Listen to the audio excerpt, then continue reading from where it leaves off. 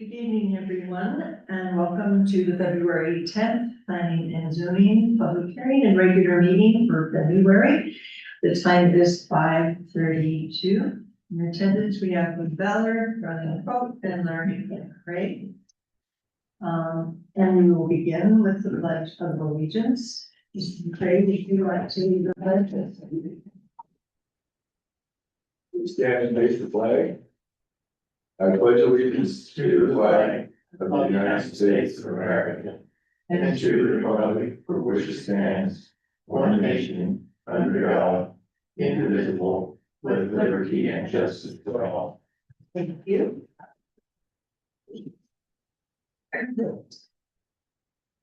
Does anyone have any conflicts of interest or have had any ex parte contacts on any item on the agenda? Larry? No. Arlene? No. Lee? No. Okay. Open forum. Is there anyone in the audience who would like to approach and speak about any item not on our agenda at this time? All right, is there any commissioner who has comments? Me?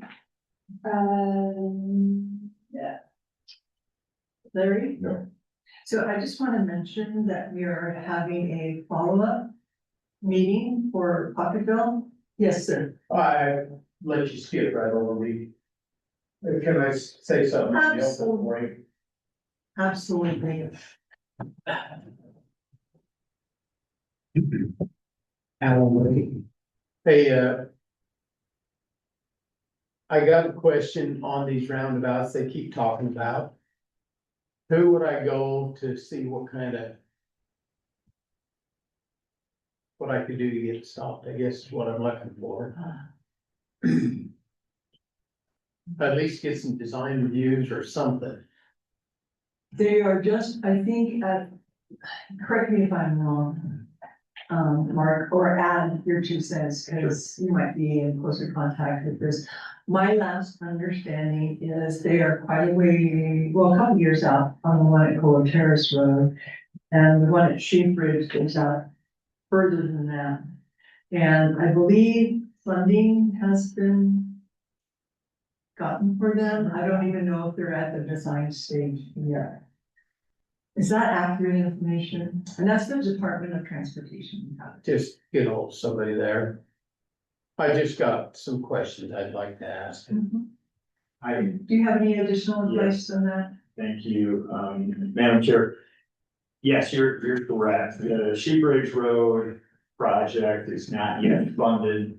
That's Oh, sometime in the future. However, Cola Terrace Road at 9, has received, a funding commitment after the second try, and construction likely would be 29 or 30. So it's a ways out, but even that one. Alan, I'm happy to get you connected with our local UDOT representative. It's their jurisdiction, and Matt, they'd be happy to talk to you. is it Matt? There is our master transportation plan, because this was part of that. Yeah, I know. I was arguing against them too. But I'll follow up with you. Okay. If you're gonna appreciate it. Get the right UDOT representative for you. Well, Matt's just the regular guy here. I don't know that he would be anything to do with designing you and that, but okay. Okay. Thank you, Alan.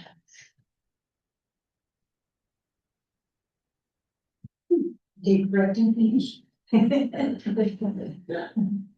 was trying to correct. All right.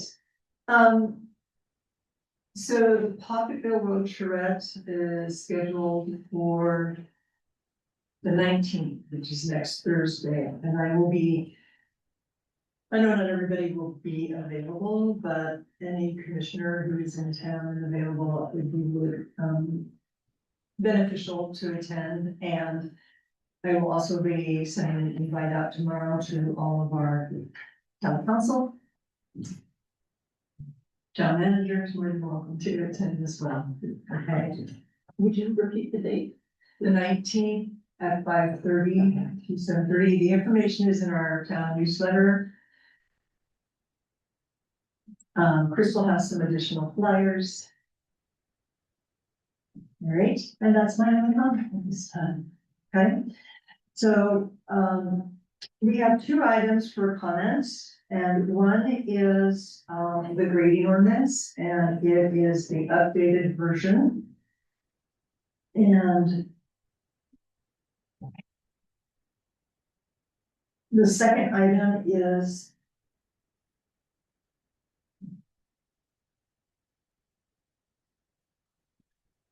that we will take a public hearing on are the shuttle stops and the ordinance, that ties us to parking lot areas. Okay, and those are the two items we will be, and this is, it was proposed as a way to alleviate traffic into, the park. Okay, and we will take. Were there any notes or letters on these two topics, Crystal? Yeah, the initial portfolio, Cameron submitted. Yeah, the grading. Grady one, that's in there, that's all that I received. Okay, all right. And so with that overview, we are going to, I'll take a motion to close the public meeting and open the public hearing. I so move. Second. All in favor? Aye. Aye. All right, so the first item for comment is on an ordinance adopting and enacting a new section in chapter 16(8) of the Virgin Municipal Code, establishing standards for grading, excavation, and earthwork activities, providing for permitting, engineering, and enforcement procedure, and promoting public health, safety, and welfare through responsible land disturbance regulation. We did receive a series of comments from Karen Spenlow, and those are in our folder. And we also have received another response from Steve in our folders. But is there anyone in the public audience who would like to address this ordinance?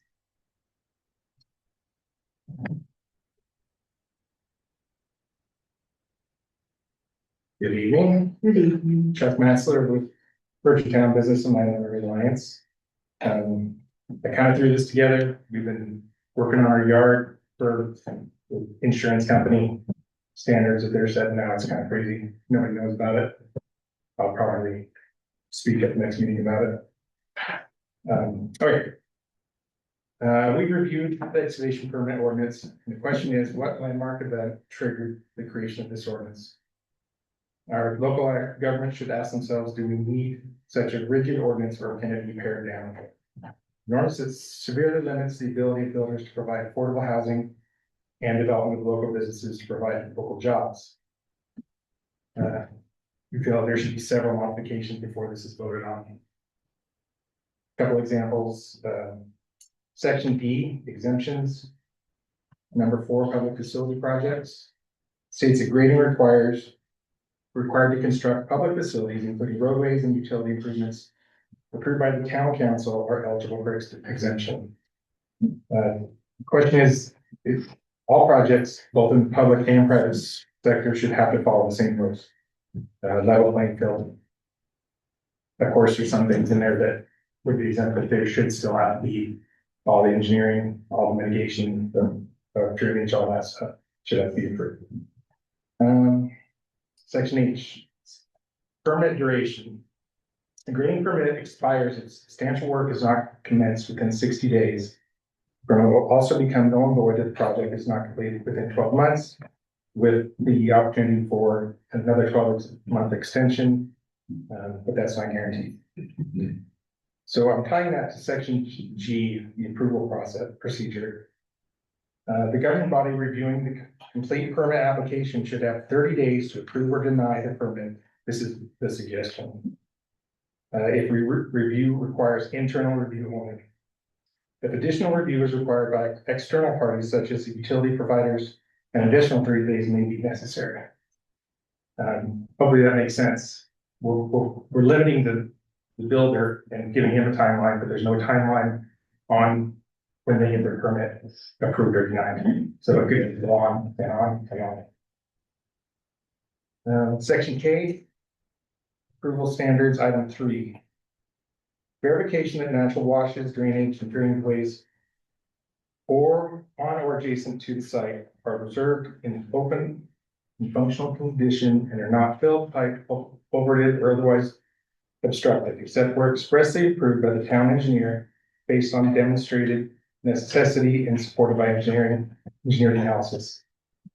As you know, the vast majority of town has dry washes. The landowner has a right to utilize their own property with a stamped engineering plan provided mitigating the drainage on the permit should be approved.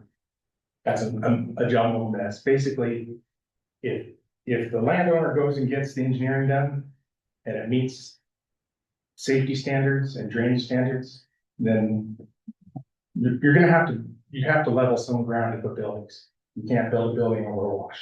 So that's what I'm saying. Some washes are bigger than others, but engineering would mitigate those things.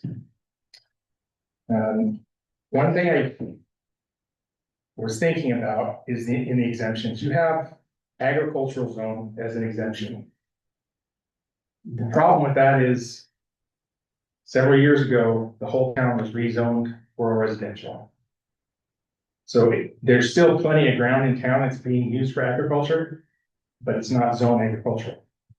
So my suggestion is if it qualifies and is currently has greenbelt status, which means you have to have 5 acres, and it has to have agricultural use, livestock, irrigated grazing, dry grazing, those types of things.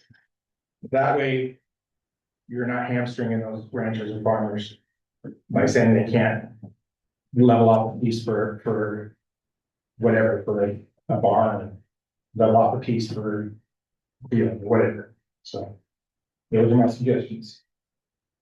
And I think that's about it. And you're gonna give it to Crystal. Yes. Run it through AI. Thank you. Are we gonna have that document on? I'll get it. Thank you. Yeah, I don't have any written, Alan may, I don't have any written comment, but one of the things I was concerned about, and Cameron addressed it in here, was the extra cost that's gonna come down to each and every individual who builds a house. And I know the states and the federal government both have been trying to cut corners where they can to try and encourage low income housing and stuff. And the way this is written up right now, it is not gonna cut any corners. I mean, it's gonna cost you a lot of money to get all this stuff done. And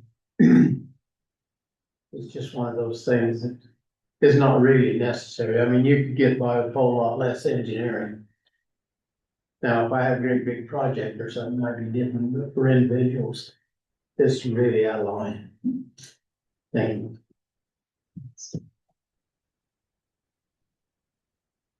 Any minutes?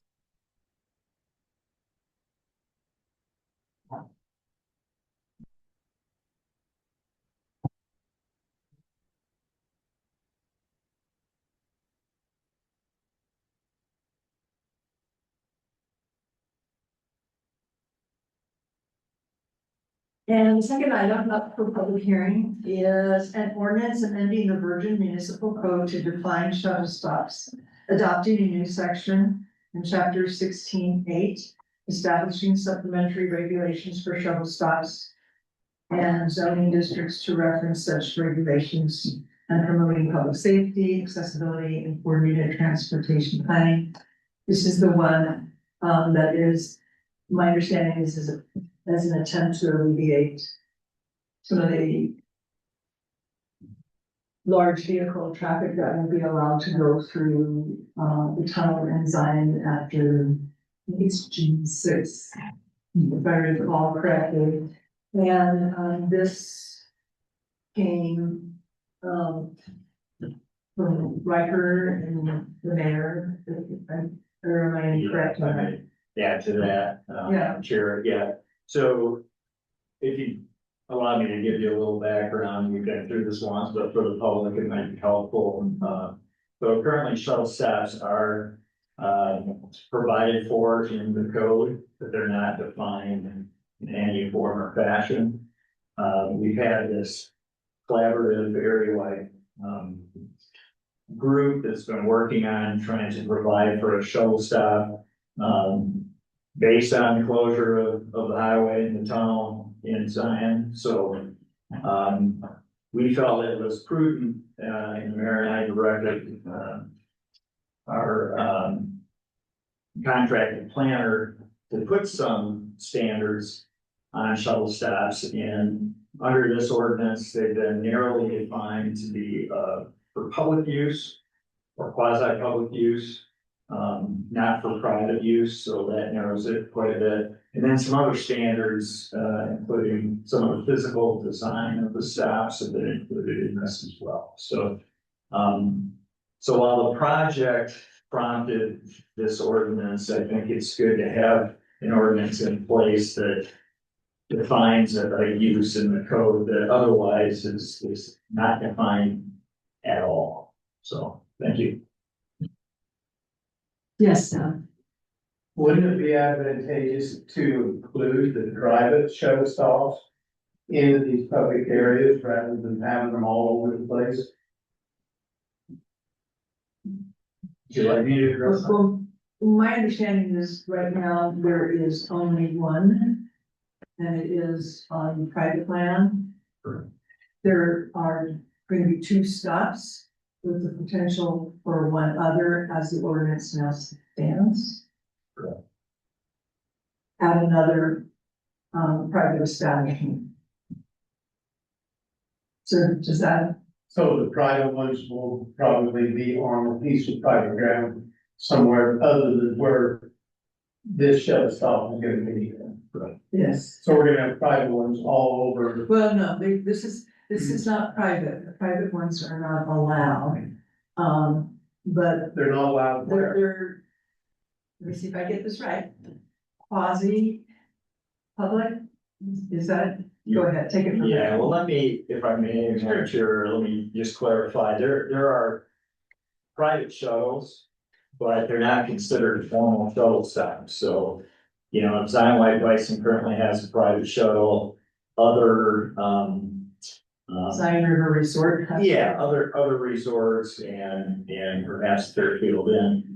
We're not regulating those when they're coming and going So on they're gonna private be- property. They're gonna be allowed to be at. Right. They will continue as they always have. So this really defines a shuttle stop as a gathering area for parking for people who want to go to. I mean, they don't have to be visitors. They could be people who are working in Springdale or at the park. But it's an area that would have parking for them, for people to, you know, arrive at the shuttle stop, then get on a public transit bus, in this case, it'd be Suntran, brought into Springdale and then brought back on schedule. So, the two stops would be, one would be Zion White Bison, which would be a new stop. The existing stop is at Fairfield Inn.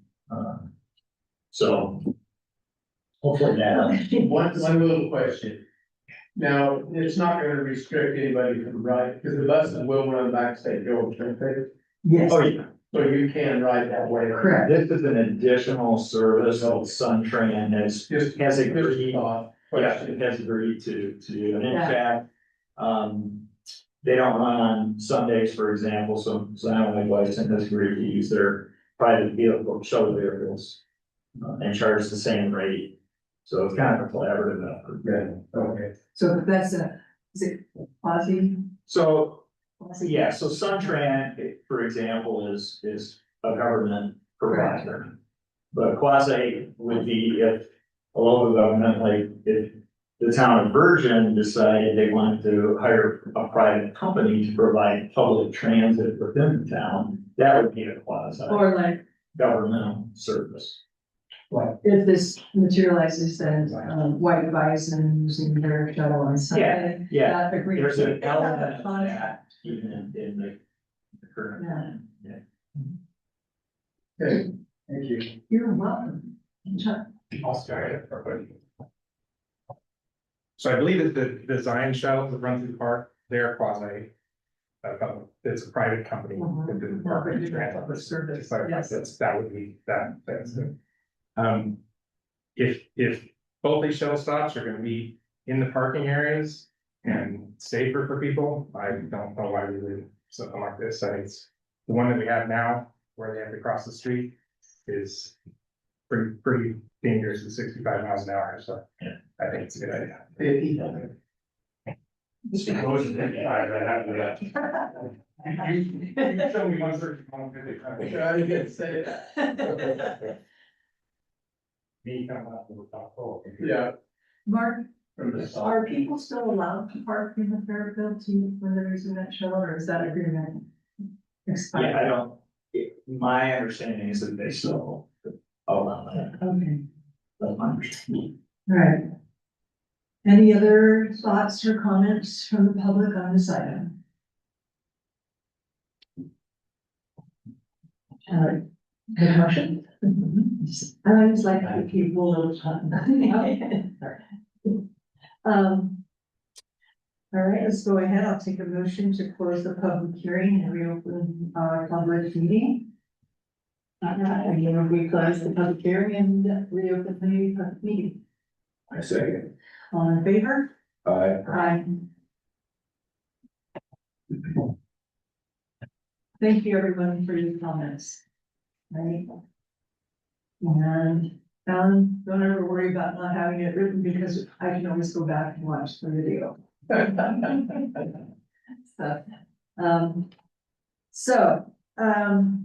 We have two items for discussion and possible motion and vote tonight. The first is the conditional use permit for the Rocky Mountain Power Electrical Substation. Okay? And we briefly talked about this at our last meeting, but not here. We'll get back together. And as a result of some public comment, we discovered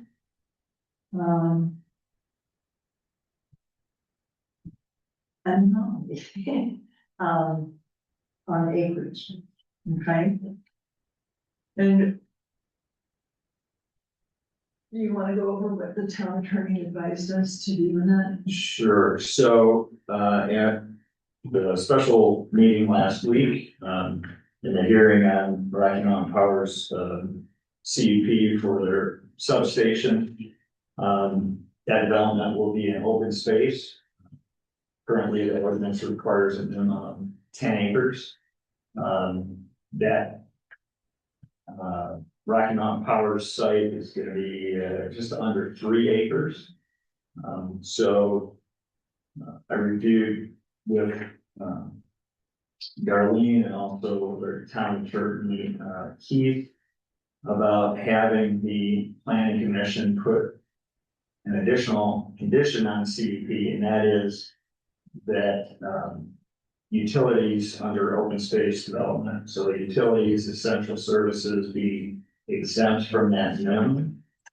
And the logic behind that, and what I found when I reviewed this with, our planner Riker and also our town attorney, is often utilities will be exempt from some of the zoning requirements for a couple of reasons. One, we need utilities in all zones in the town.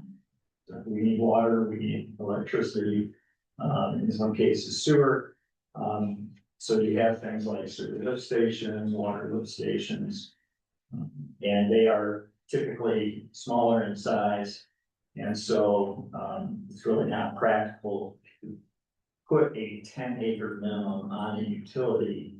In fact, I'll mention, you know, we got the East Tank.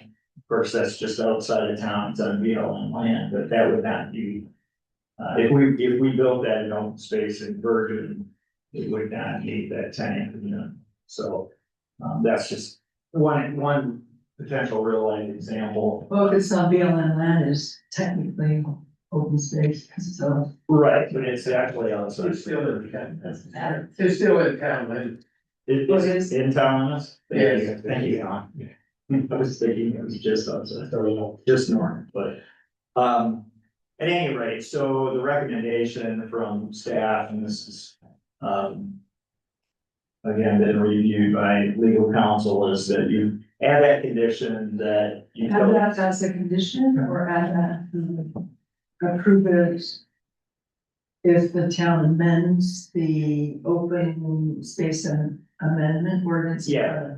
The approval of CUP would be conditional on the town amending the ordinance to exempt utilities and essential services from the 10 acre in open space.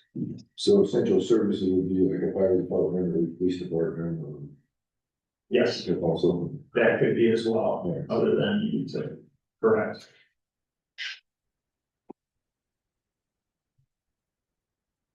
I'm ready. Okay, Larry, do you have any other comments, thoughts, concerns? No, I think if we add that amendment, then. Here we go. And I had some follow-up questions that I've been emailing Mark, and Mark's been emailing Rocky Mountain Power, and they didn't back me. And one is I wanted to make sure that, because I didn't see mention of it, I might be blind, fire safety with the substation there, and we do have 2 hydrants very, very close, and the fire department did sign off on this, so we could, so that was taken care of. And then I asked about, what is the noise impact from a substation? And it is about 60 decibels, which is like a normal conversation. And so that's pretty, that's max. Yeah, yeah, yeah. And too high for a quiet time. I don't know what. Everything I read, said that it was normal. Is normal, you think 60 is a lot? Yeah. I mean, that should be the maximum. And it is during the day and some of the. So I'm really appreciative that they agreed to put it with block in. I think that will be the block wall as opposed to a chain link fence. So. Hopefully that will ameliorate even that 60. So, that was my comments. Can I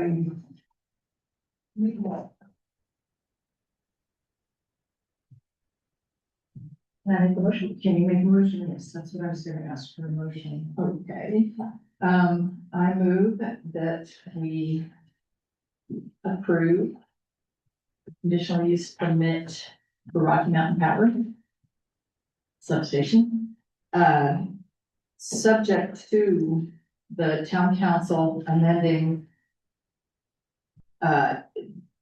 the ordinance to exempt public utilities and essential services from minimum lot size requirements. The section of the amendment ordinance to open space that deals with that is 3610. Okay. Do that. There are 2 questions, so Okay. this is general enough that will apply in both circumstances. All right. I say, Did you get that, Crystal? Okay, Larry seconds. Okay, I think I'm back to starting with you there. Aye. Aye. All right. The last item is the ordinance adopting the grading standards.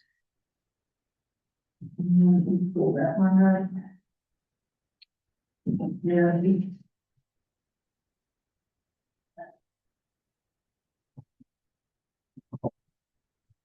Did everybody have a chance to read, the comments that were submitted in our SharePoint? I just got them. Yeah. City pretty full. So I'm more than willing to discuss this now, but in light of the depth of some of the comments and the responses we got to some of those comments from Riker, I think it would, my opinion, is it would be a better path to have a more thorough discussion next week. I would certainly like to review, and it would allow us to review the language plus the points that were brought up tonight. Are you good with that? Yeah, good. I was gonna suggest that if we take Riker's recommendations that were also, Margaret and like the recommendations, the mayor liked the recommendations, so it's probably something we should add. But it feels like they're big enough changes where it almost needs to be. I don't know But that, I would like to read yeah, all this before we vote on it, so yeah, very least push it off. yeah, I wanna be able to read. You know, the whole documents and. The memo, Maybe, just there. maybe re-listen to, comments tonight, Yeah, Yeah. I've been distracted trying to read through it, but yeah. I didn't get to read it. So are we good with? Taking this to our work meeting and then go down and, at another meeting. Yeah. I mean, we, table this until, work meeting. Table discussion of this until our work meeting. Second.